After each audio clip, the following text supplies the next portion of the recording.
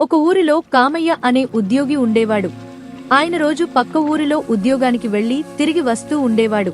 కొన్ని రోజులకి ఆ పక్కనే ఇంకో ఊరికి అతనికి ప్రమోషన్ ఇచ్చి వాళ్ల సంస్థ ట్రాన్స్ఫర్ చేస్తుంది. అక్కడ ఉద్యోగం బానే సాగి జీతం కూడా బానే వచ్చి తన కుటుంబాన్ని బానే నడిపేవాడు. అయితే ఆ ఊరి నుండి కామయ్య ఇంటికి వెళ్లే మధ్యదారిలో ఒక చిన్న చిట్టడివి ఉండేది. ప్రతిరోజు దాన్ని దాటుకుంటూ వెళ్లడం రావడం జరిగేది. అలా కొన్ని రోజులకి ఆఫీసులో పని ఎక్కువ అయ్యి ఆఫీసులో లేట్ అయ్యి ఇంటికి చేరే సమయం రాత్రి అయ్యేది. ఒకరోజు బాగా చీకటి పడుతుంది. కామయ్య ఇంటికి తిరిగి వస్తుండగా ఆ చిట్టడివి మార్గ మధ్యలో కామయ్య మోటార్ సైకిల్ అకస్మాత్తుగా ఆగిపోతుంది. ఎంత ట్రై చేసినా అది స్టార్ట్ కాదు. ఎవరినైనా సాయం అడుగుదాం అంటే చుట్టూ ఎవరు లేరాయే. ఇంతలో వింత అరుపులు రావడం మొదలవుతాయి. ఎక్కడి నుండి ఈ అరుపులు వస్తున్నాయి అని కామయ్య చూస్తుండగా అతని బండి చుట్టూ తెల్లని రూపు కలిగిన ఒక దెయ్యాల గుంపు వచ్చి అరవసాగాయి. భయంతో కామయ్య బండి మీద నుండి కిందకి దిగాడు. ఆ దెయ్యాలన్నీ వెకిలిగా నవ్వుతూ కామయ్య మీద పడి కొట్టసాగాయి.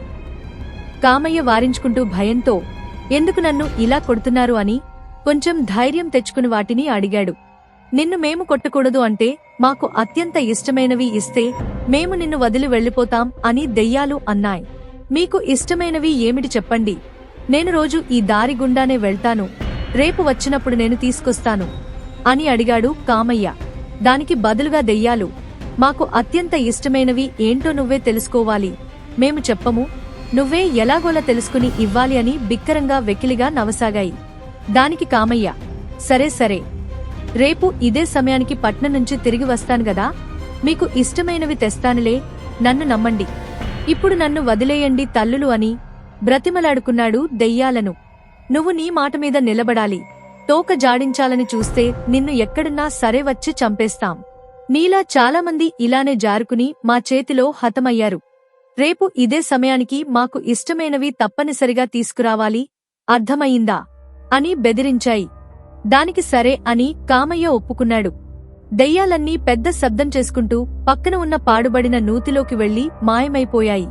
బ్రతుకు జీవుడా అనుకుంటూ కామయ్య ఇంటిదారి పట్టాడు. ఇంట్లో భార్యకు చెప్తే ఎక్కడ భయపడి ఉద్యోగం మానేమంటుందేమో అని భయమేసింది కామయ్యకు.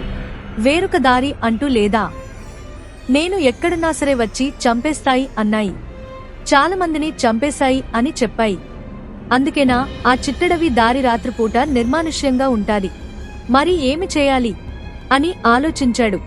ఇంతకీ దెయ్యాలకి అత్యంత ఇష్టమైనవి ఏమిటి?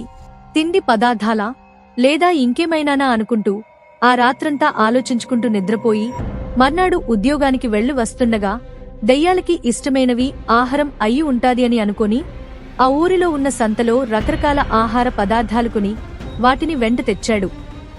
డియర్ ఫ్రెండ్స్, ఇంకా మంచి మంచి వీడియోస్ మా ద్వారా చూడడానికి మాకు సహాయం కావాలి. సూపర్ థాంక్స్ ద్వారా చిన్ని కథలు ఛానల్కి సపోర్ట్ చేయండి. సరిగ్గా అదే సమయానికి ఆ చిట్టడివి దారికి వచ్చేసరికి మరలా ఆ దెయ్యాల గుంపు వెకిలి నవ్వులు నవ్వుకుంటూ బయటకు వచ్చాయి. కామయ్యను చూసి, ఏరా, మాకు ఇష్టమైనది తెచ్చావా లేదా అని తనమీద పడి కొట్టసాగాయి. తల్లి తల్లి ఆగండాగండి, మీకు ఇష్టమైనవి తెచ్చాను అని తన వెంట తెచ్చిన ఆహార పదార్థాలన్నీ వారి ముందు పెట్టాడు. అవన్నీ మొత్తం బాగా తినేసి మరల కొట్టసాగాయి. మరలా ఎందుకు తల్లులు నన్ను కొడుతున్నారు, మీకు ఇష్టమైనవి తెచ్చాను గదా అన్నాడు అమాయకంగా కామయ్య. మాకు ఇష్టమైనవి ఇవి కావురా, మాకు ఇష్టమైనవి తెచ్చే వరకు నిన్ను ఇలాగే కొడతాం, నువ్వు ఎక్కడున్నా చంపుతాం అని బెదిరించాయి. కామయ్య ఏమి చేయాలో తెలియక, సరే సరే మీకు ఇష్టమైనవి ఏంటో చెప్పండి, వాటినే రేపు నేను తెస్తాను అని అన్నాడు. దానికి దెయ్యాలు, అది మేము చెప్పమురా, నువ్వే తెలుసుకోవాలిరా అని మరల తిరిగి కొట్టబోయేసరికి, సరే సరే అలాగే తెస్తా, ఈ రోజుకు నన్ను వదిలేయండి అంటూ వాటిని బ్రతిమలాడుకున్నాడు కామయ్య. తెస్తా కాదు తేవాలి, లేకపోతే పోతావని బెదిరించి మరల దెయ్యాల గుంపు పాడుబడిన బావిలోకి వెళ్లిపోయాయి. మరలా బ్రతుకు జీవుడా అనుకుంటూ ఇంటికి వచ్చాడు. తిండి కాకుండా దెయ్యానికి ఇంకేమిష్టం, ఏమిటబ్బా అవి అని ఆ రాత్రంతా తెగ ఆలోచించాడు. దెయ్యాలకి ఆట వస్తువులు ఇష్టమేమో అని ఆ తర్వాత రోజు రాత్రి కొన్ని ఆట వస్తువులు కొని అక్కడికి తెచ్చి ఇచ్చాడు. వాటన్నిటితో ఆడుకుని వాటిని చింపేసి మరలా తిరిగి కొట్టసాగాయి. మీకు ఇష్టమైనవి ఇచ్చాను గదా, మళ్ళీ నన్ను ఎందుకు వేధిస్తున్నారు అని అడిగాడు. దానికి దెయ్యాలు, మాకు ఇష్టమైనవి ఇవి కాదురా అని అన్నాయి. మీకు ఇష్టమైనవి ఏవో చెప్పొచ్చు గదా, మీకు రోజు తెచ్చి ఇస్తాను, ఎందుకు నన్ను ఇలా రోజు వేధిస్తున్నారు అని అడిగాడు. నువ్వు అడిగితే మాకు ఇష్టమైనవి ఏంటో నీకు చెప్పాలా అని చెప్పలేదు సరికదా, ఇంకొంచెం ఎక్కువ కొట్టసాగాయి. మరల వాటిని బ్రతిమానుకుని ఆ రోజు ఇంటిదారి పట్టాడు కామయ్య. వాటికి రేపు ఏమి ఇవ్వాలో అర్థం కాక ఆలోచిస్తూ రాత్రి నిద్ర రాకుండా దొర్లుతూ ఉంటుండగా అది గమనించిన భార్య అడిగింది. 2 రోజులు బట్టి మీరు ఎందుకో బాధగా ఉన్నారు, నాకు చెప్పరు అని అడిగింది. అబ్బే ఏమీ లేదు, ఆఫీసులో కొంచెం వర్క్ ఎక్కువ అయ్యి ఇలా అన్నాడు.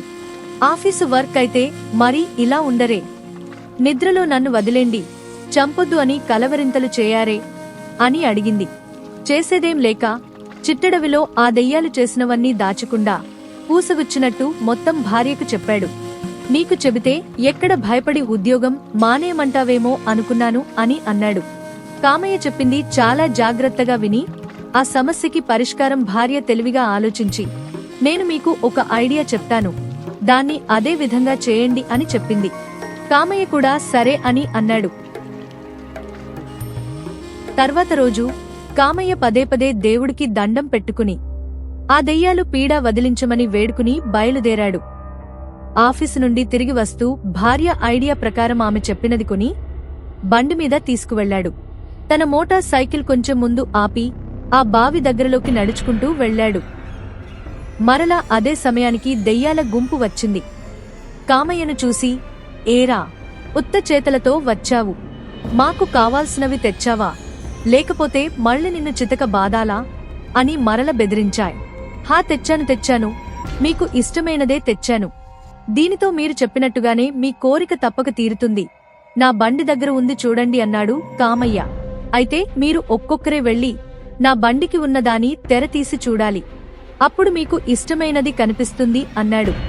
దెయ్యాలు ఏంటబ్బా అనుకుంటూ ముందు ఒక్క దెయ్యం వెళ్లి తెర తీసి ఆ తెర వెనుక ఉన్న అద్దంలో చూసింది. అంతే, అది మరి ఇటు తిరిగి రాలేదు, అటు నుండి అటే మాయమైపోయింది. ఏంటబ్బా అంత మంచిది అని రెండో దెయ్యం వెళ్ళింది. అది కూడా తెర తీసి చూసి మరల తిరిగి రాలే. ఒకటి తర్వాత ఒకటి అలాగే వెళ్ళినట్టుగానే మాయం అయిపోసాగాయి.